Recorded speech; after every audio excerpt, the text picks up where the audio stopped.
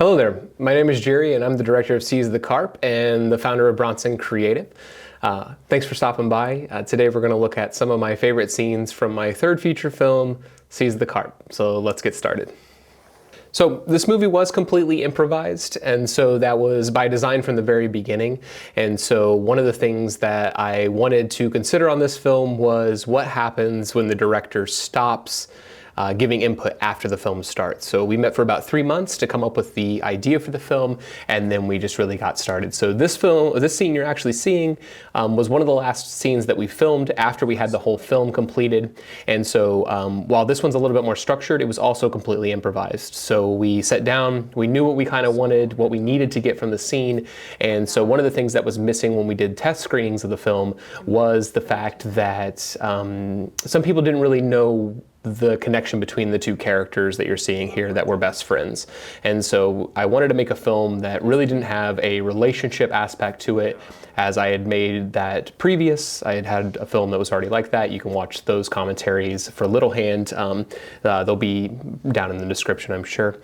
And so, but when we saw the test screenings come back and we showed it to friends and things like that, one of the things people really wondered was why are they doing this? Why haven't they seen each other? Things like that. And so we really wanted to drive home that this was a movie about friendship. It wasn't about a relationship. I never wanted anybody to think that these two characters would get together at the end. So if you do think that, that's okay, because I think that's just normal filmmaking kind of stereotypes. And so usually if there is a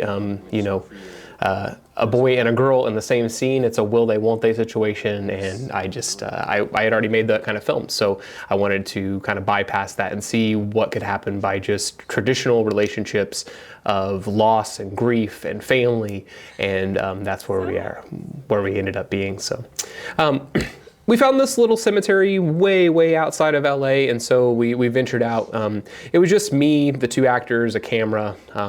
Kenny Keeler was the cinematographer, and so one of the things that we considered on this, we also wanted to shoot it on film, which was not viable for this project, so we didn't have the budget to do it.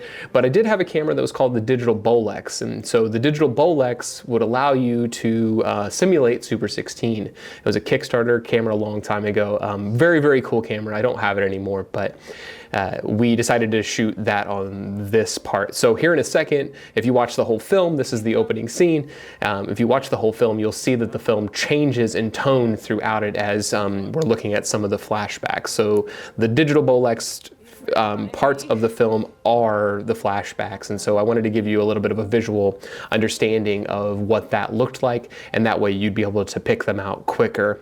And so, but Seize the Carp, the name of that was towards the very end. We had played with different plays on kind of like the Carpe Diem, and so Seize the Carpe was a joke at one point, but then that would be Seize the Seas, which didn't make a lot of sense.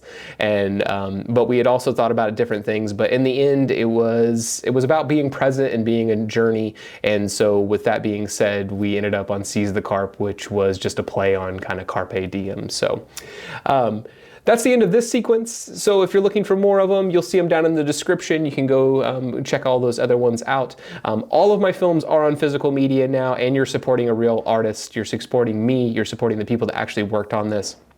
So you can pick up a copy of the film at bronsoncreative.us, and when you buy it, I'm shipping them whenever they're ordered. So the DVDs are printed as you get them, so we're not wasting a bunch of storage space and we're not wasting a bunch of resources until you purchase it. So I urge you to purchase, support real artists, support real art, and that way we can keep making these films and we can keep showing how we get them from beginning to end. So thanks for stopping by. I hope you have a great day, and we'll see you next time.